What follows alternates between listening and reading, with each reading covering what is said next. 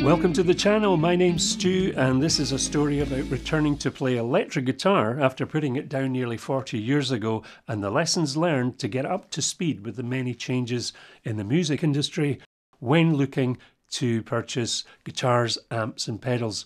So do check out the previous videos, which is the introduction to my journey. So in the last video I went through the construction of my pedal board and the pedals used, and as I continue my journey to bring together the equipment I want to use for the music compositions I'm writing, it became clear to me that I either needed an acoustic guitar, one that would balance well within a mix, or perhaps a semi-acoustic might be the way to go. Both would be really nice, and I'm sure I'm already hearing voices of approval from guitar lovers. But back around 1976, I, along with my young fellow bandmates, would be in our very first recording studio to lay down some tracks for our first demo. It was quite exciting, and I remember the engineer was one of the original members of that teeny bopper group, the Bay City Rollers. Do you remember them? But that's another story. And it was in that studio that I was handed a cherry red Semi-Acoustic ES 335. Now, I'm not sure what the make was. It wasn't a Gibson. Anyway, I used it on one of our tracks and fell in love with it. But alas, I could never afford one. You know, back in those days, any young kid owning more than one guitar was a complete rarity or a spoiled brat. Because after all, why on earth would you need more than two, or you need two guitars, let alone more than two guitars? How extravagant.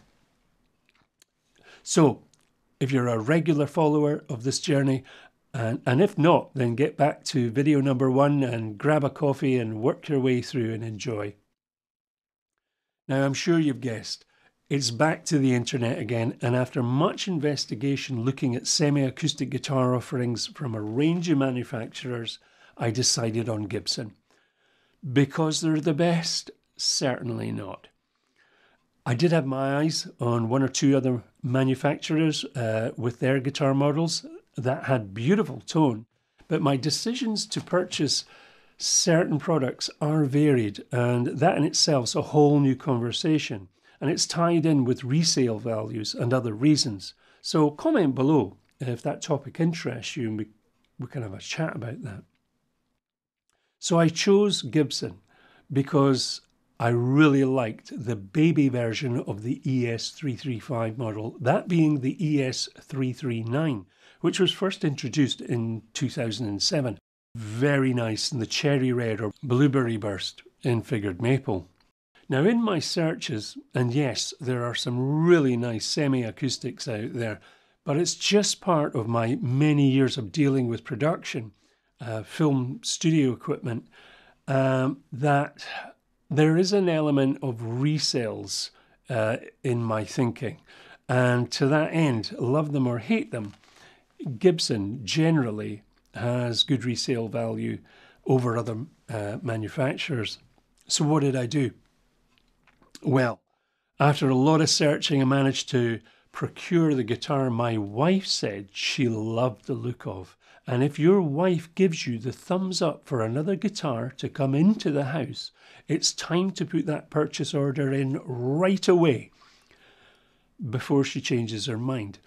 But particularly for this model, because at the time it was actually difficult to get hold of one.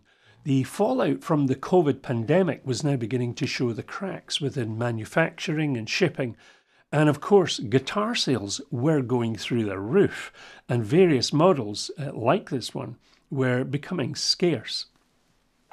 So the doorbell rang, and once given a few hours to come to room temperature, and a quick note for those not sure about why I did that, guitars with a nitrocellulose lacquered finish can be prone to finish checking issues. That's where the lacquer can actually basically crack or even become brittle.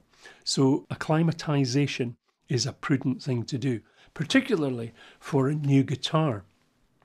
As a youngster, I did for a while work professionally with various paints and lacquers, And I really could recount a number of distressing stories of paint finishes that have gone wrong for a host of reasons. So do watch out for that. Opening the case, I just smiled. What a beautiful guitar. However, I also knew very well the historic problems regarding Gibson's quality control. And after a thorough going over, my smile grew wider. And in this particular case, the guitar was flawless. AAA figured maple with a deep cherry, wine red finish and cream binding, lovely. The ES339 being a little smaller than the ES335 and a little larger than the Les Paul Standard, it doesn't have the same deep tone as the ES335, and clearly the smaller body size has much to do with that. But it sounded like it would sit well for rhythm use, very nice to play blues with.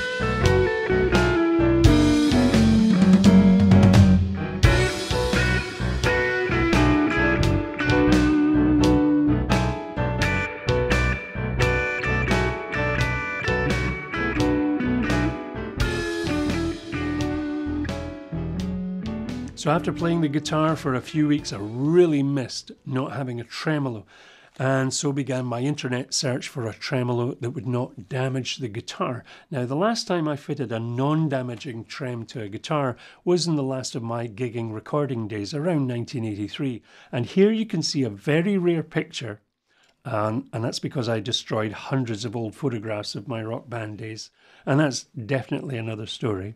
So here, a very rare picture of my old Gibson SG Standard fitted with a trem unit. And for the life of me, I can't remember who made it.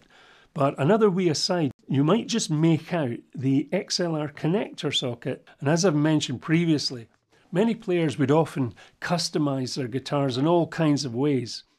Anyway, after research, I found what I was looking for. The Duesenberg Les Trem II is a non-destructive tremolo unit for guitars that use tune-o-matic stop tailpieces. And once again, quick disclosure, I'm not sponsored or paid to review any products I mention. My opinions are my own. So, the unit in question, manufactured by a German company, Duesenberg, who also make a really nice range of guitars, by the way. The tremolo in question is the Les Trem II, which comes in 3 different plated versions. You've got gold, chrome and nickel in both right and left-handed models. And one of the first things I needed to check was to make sure that the distance between the stud inserts at the stop tailpiece of the guitar is 81.5 millimeters. In the case of the Gibson ES339, it uses nickel-plated hardware. And for those of you who are not sure about the difference between nickel and chrome, you can see that nickel has what you might call a faint yellowish or warm tinge compared to the bright, clean look of chrome. Now, the observant among you will have noticed I showed you a chrome unit. Why do I have that? Well, all will be revealed as we continue the journey. So, subscribe, hit the bell, share, and all that stuff. Taking the nickel-plated unit out of the box, we have the trem unit, a pack of stop tailpiece screws, imperial and metric, and washers to act as spacers, a tremolo arm and fitting instructions. Now, holding the parts in my hand, it's quite evident that this is really good quality and what you'd generally expect of German engineering. And removing the strings from the guitar, I'm cutting these off. because I prefer a lighter gauge than what came with the guitar, and carefully remove the stop tailpiece and the stud screws. With the strings removed, it's a good opportunity to give those areas of the guitar a good clean where it gets pretty grubby, and as you can see, it's pretty grubby here. That's what happens when you do a lot of playing. At the same time, I like to check the fingerboard to see if it needs conditioned, and in this case I'm just going to give it a little lemon oil treatment before putting the new set of strings on. I'm also going to give the frets a wee polish, and it's a good idea to check the nut for any roughness or debris. And a quick reminder, particularly on Gibson guitars, it's important to be very careful not to stress the headstock. Now, I'm using a neck support to help give clearance under the headstock. You've been warned. Take the stud screws provided, and they have provided different threads to suit various model types. Thread them lightly into position to check they're correct, and then remove. For guitars with an arch or curve in the body surface, you may need to put 2 washer spacers each side to raise the unit clear of the body. You don't want to clamp the unit down onto the guitar body, as it really will damage the finish. Here you can see me running a feeler gauge under the unit, and you can see the clearance. And it's important to use a wide flat bladed screwdriver or a suitable coin so as not to do unsightly damage to the screw head slots. Fit the tremolo arm through the slot, do a general adjustment to suit, and tighten the grub screws with the Allen key provided. Check the spring action just to make sure there is free movement. And it's good practice to make sure that you minimize binding on the strings at the nut.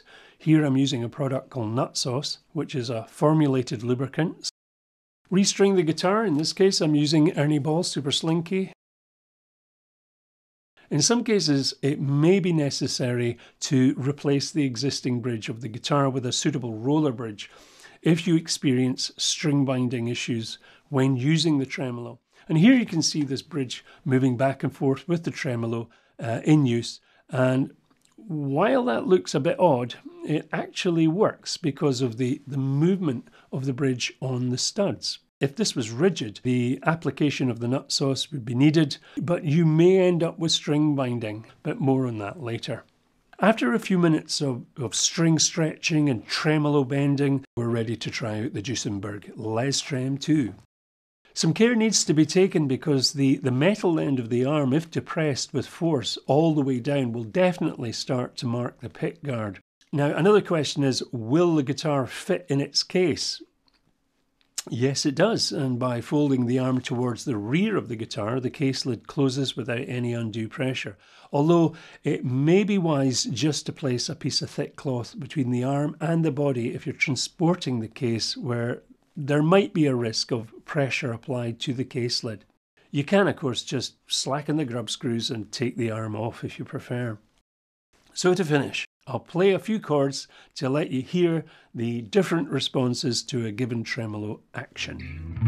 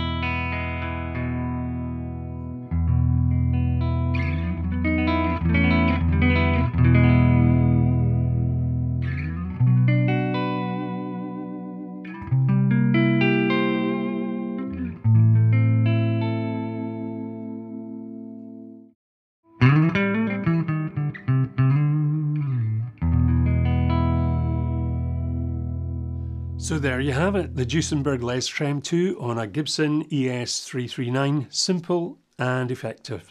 For those of you who'd like to know how things were recorded, in this example I'm using a Sennheiser mic, an MD421, a Series 2, and I prefer this as it has a slightly warmer feel to the popular Shure SM57 that often gets used. Placement is usually either at the edge of the speaker dust cap or in the middle of the cone, so testing the mic across the speaker should determine your own preference. Dual miking, of course, is very popular in recording studios. So the MD421 is set about an inch from the speaker cloth, which in turn is plugged into a mixer, which in turn is plugged into the camera, which records at 24-bit 48 kilohertz.